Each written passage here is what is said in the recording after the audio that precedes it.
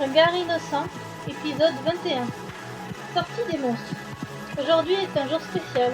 C'est un jour de changement radical. La transformation sera totale en un monstre complètement glacial.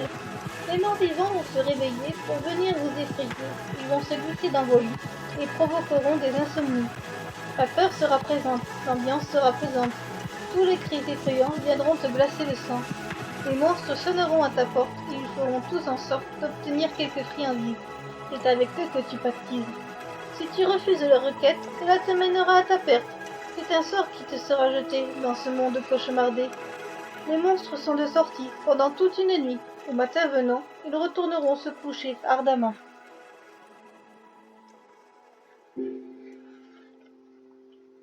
Dépendance. Au fil du temps, une épidémie s'est propagée. La plupart des gens ne peuvent plus s'en passer. Pourtant, il n'a pas toujours existé. C'est une dépendance que l'on s'est créée. On ne peut le laisser seul 5 minutes, que le manque se fait déjà son incruste. On l'emporte partout avec nous, telle une compagnie qui rend fou. Les portables sont dans toutes les poches. On ne regarde plus les proches. On ne fait plus attention à notre environnement. On garde les yeux rivés sur ce petit écran. On met toute sa vie dedans. On ne vit plus comme avant. On passe sa vie sur les réseaux, à regarder la vie des autres de haut. On s'empêche de vivre, le regard plongé dans l'écran tactile. On ne vit plus sa vie de façon tranquille. On sort ensemble, mais pourtant on reste seul, en se voilant la face, les yeux plongés vers le sol. Les portables sont dans toutes les poches. On ne regarde plus ses proches. On ne fait plus attention à notre environnement. On garde les yeux rivés sur ce petit écran. La dépendance pour cet objet est vraiment forte. Elle est bien présente et devant toutes les portes. Quand celui-ci n'a plus de batterie, c'est comme si on n'avait plus de vie. Si un jour plus aucun d'entre eux ne fonctionne, ce serait la panique jusque dans les neurones. Cette dépendance a pris une telle proportion dans nos vies que beaucoup ne peuvent plus s'en passer aujourd'hui.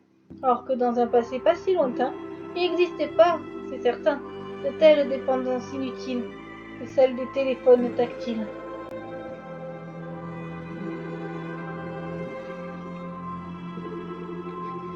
Froid matin d'hiver. Je souffle sur mes doigts gelés. J'aimerais tant hiberner. La chair de poule partout. Le froid s'est insinué en nous. Je laisse échapper mon souffle vaporeux. J'admire les paysages du matin brumeux. En ce matin frais et vigoureux, mon cœur se fait plus que paresseux. En ce froid matin d'hiver, je m'en vais faire un tour pour voir aux alentours les paysages d'hiver.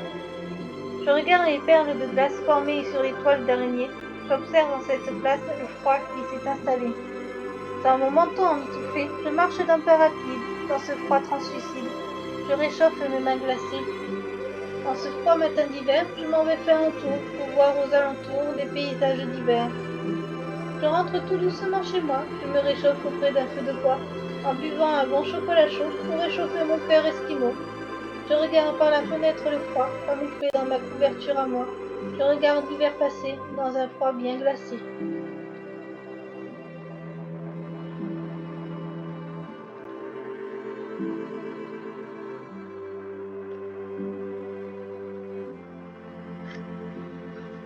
Dernier voyage.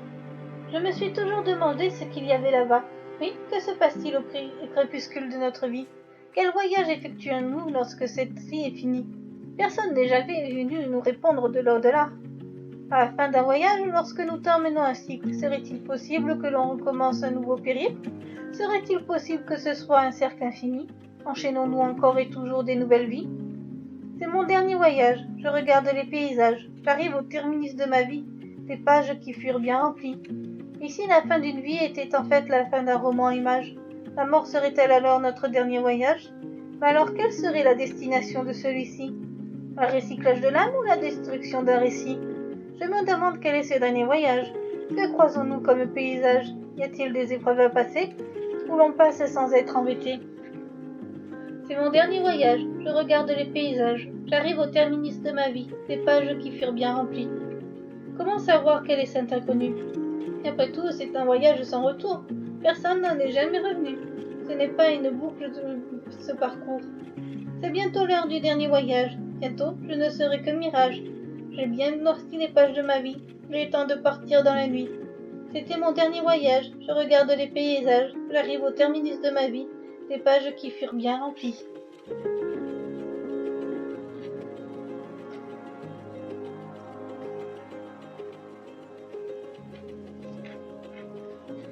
Libre. Je suis libre de corps et d'esprit. Je n'aime pas que l'on me dicte ma vie. J'aime faire ce dont j'ai envie. Je n'aime pas ce qui est interdit.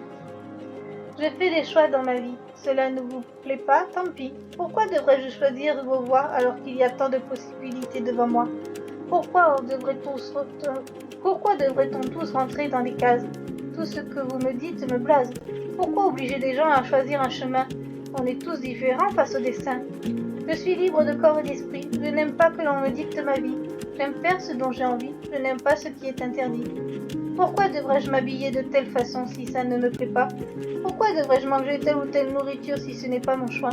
Pourquoi devrais-je faire cette vie qui n'est pas moi? Pourquoi devrais-je être prisonnier comme un rat? Je ne vous oblige pas à vivre d'une certaine façon, je respecte vos choix et vos raisons, mais pourquoi l'inverse est si compliqué? Pourquoi ne pourrais-je pas vivre ma vie comme je le voudrais? Je suis libre de corps et d'esprit, je n'aime pas que l'on me dicte ma vie, j'aime faire ce dont j'ai envie, je n'aime pas ce qui est interdit. Tout le monde ne peut être d'accord avec tout le monde, mais chacun peut s'entendre dans cette ronde.